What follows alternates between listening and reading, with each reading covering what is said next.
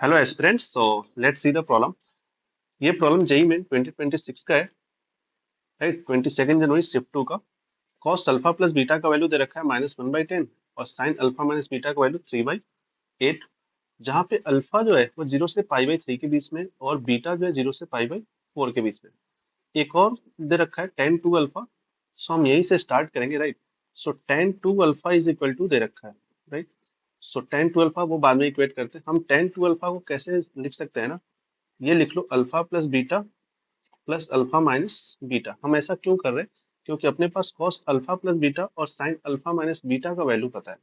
अब ऐसा करने से हम क्या कर सकते हैं कि ये जो अल्फा प्लस बीटा है इसको ए ले सकते हैं और अल्फा माइनस बीटा को हम बी ले सकते हैं, right.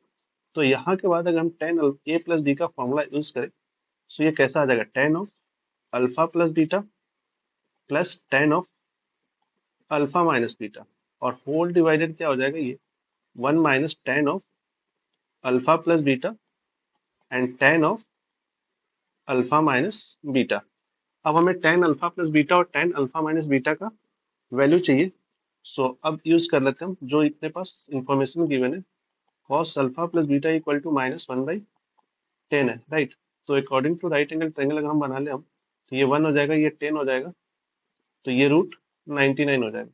So tan of alpha plus beta का वैल्यू कितना आ जाएगा, रूट माइनस रूट 99, राइट। इसको लिख सकते हैं हम 3 -3√11।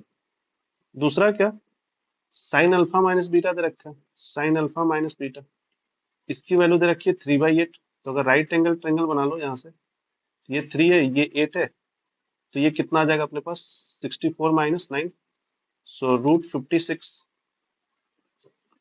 दिस इज 64 9, सो √55 आ जाएगा ये, ठीक है। सो टेन का value, ten of alpha minus beta का वैल्यू कितना आ जाएगा, 3/√55। ओके, तब ये वैल्यू यहाँ पे क्या करते हैं ना, हम सब्स्टिट्यूट करते हैं। तो टेन अल्फा प्लस बीटा का value -3√11 plus ten alpha minus beta का value 3/√55, right. Then 1 ten alpha plus beta कितना आ जाएगा, फिर से ये 3√11, तो ये प्लस हो जाएगा 3√11 और this is sine ten alpha minus beta का वैल्यू कितना आ जाएगा अपने पास, 3/√55, ठीक है।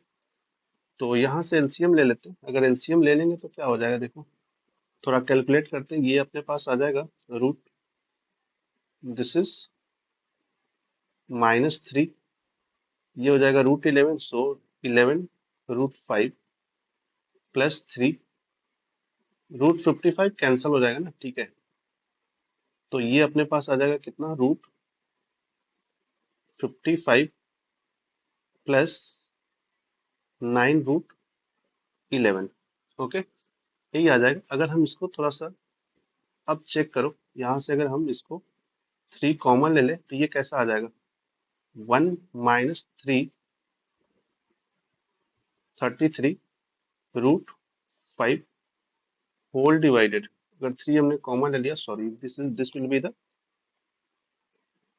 3, अगर हम कॉमन ले लेते हैं तो ये आ जाएगा, ये 1 हो जाएगा, -11√5 हो जाएगा ये, राइट, डिवाइड बाई।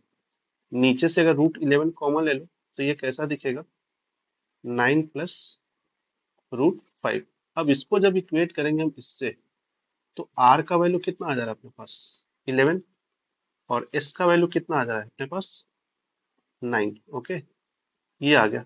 तो हमें चाहिए क्या, r प्लस s। तो r plus S equal to कितना आ जाएगा तुम्हारे पास, 20। ओके, तो कितना आ जाएगा ये, 20 इसका करेक्ट आंसर होगा। Okay, hope you understand. Thank you.